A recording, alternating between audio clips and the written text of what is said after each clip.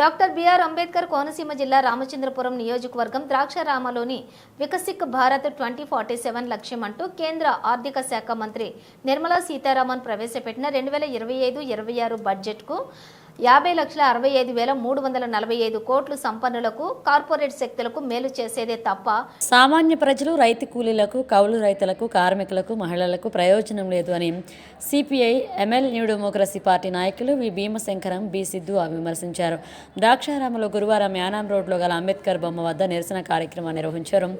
CPI ML new democracy party రాష్ట్ర committee ఇచ్చిన పిలుపులో భాగంగా నిరసన ప్రదర్శన చేపట్టారు. ఈ సందర్భంగా సిపిఐ ఎంఎల్ న్యూ డెమోక్రసీ నాయకులు భీమశంకరం, బి సిద్ధు మాట్లాడుతూ కేంద్ర ప్రభుత్వ బడ్జెట్ మరొకసారి ఆంధ్రప్రదేశ్ రాష్ట్రాల ప్రజల ఆశలను అడియాసలు చేస్తుందన్నారు. అలానే విభజన హామీలను పక్కన పెట్టి రాష్ట్రానికి మొండి చేయి చూపించిందని Visakha railway zone, SIT, IIT, IIM, IIT, IISER, గిరిజన university, central university, Dugarajapatnam port, Kadapa steel plant, Vizag steel ప్లాంట్ను, వెనుకబడిన రాయలసీమ, ఉత్తరాంధ్ర జిల్లాలకు ప్రత్యేక ప్యాకేజీ, రాజధాని నిర్మాణాల నిధులు ప్రస్తావన లేదని విమర్శలు గుప్పించారు.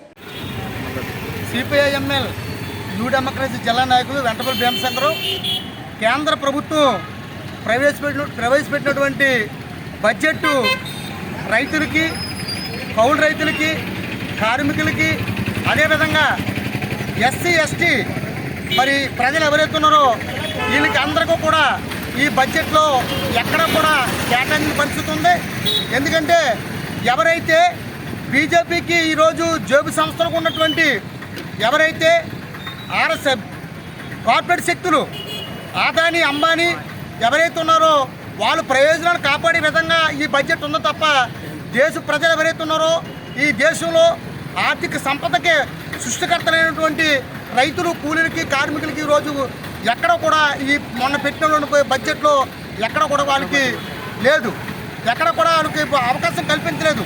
అందుకోసం ఈరోజు ఏదైతే ఈ బడ్జెట్కి సంబంధించి దేశవ్యాప్తంగా సిపిఐఎంఎల్ న్యూ డెమోక్రసీ పార్టీ దీనికి వ్యతిరేకంగా మరి పోరాటాలు చేస్తుంది. ఎందుకంటే ఆంధ్ర రాష్ట్రానికి తీవ్ర అన్యాయం చేసింది. ఎందుకంటే విభజన హామీలు ఎక్కడ కూడా అమలు చేయని పరిస్థితి ఉంది. అదేవిధంగా కడపకు సంబంధించి కానీ, లేదనుకుంటే విశాఖకు సంబంధించి ఉక్కు ఫ్యాక్టరీ కానీ ఏది కూడా పోలవరం ప్రాజెక్టుకి సంబంధించి కూడా ఎక్కడ కూడా నిధులు సక్రమంగా కేటాయించిన పరిస్థితి ఉంది. వ్యవసాయ రంగమే ఈ దేశానికి మరి ప్రధానమైనటువంటి వనరు అయినప్పుడు కూడా వ్యవసాయ రంగాన్ని ఈరోజు మరి ఏకరువు పెట్టి నిమ్మక నీరెత్తినట్టుగా ఈ కేంద్ర ప్రభుత్వం మరి వ్యవహరిస్తూ ఉంది. అందుకే ఈ కేంద్ర ప్రభుత్వం 2025-2026 ఫిబ్రవరి 1వ తేదీన కేంద్ర ఆర్థిక మంత్రి నిర్మలా సీతారామన్ గారు కేంద్ర బడ్జెట్ ప్రవేశపెడుతూ దేశం అంటే మట్టి కాదు, దేశం అంటే మనుషులని ఆంధ్రప్రదేశ్ మరి కొరచాడ అప్పారావు గారిని ఉద్దేశిస్తూ మాట్లాడారు. కానీ ఆ బడ్జెట్లో అంతా కూడా సంపన్నులకు, కార్పొరేట్లకు ఈ బడ్జెట్ తాకడ పెట్టింది. అదేవిధంగా ఈ బడ్జెట్లో ఎవరైతే పేద ప్రజలు ఉన్నారో పేద ప్రజలకి మొండి చేయి చూపెట్టింది కేంద్ర ప్రభుత్వం.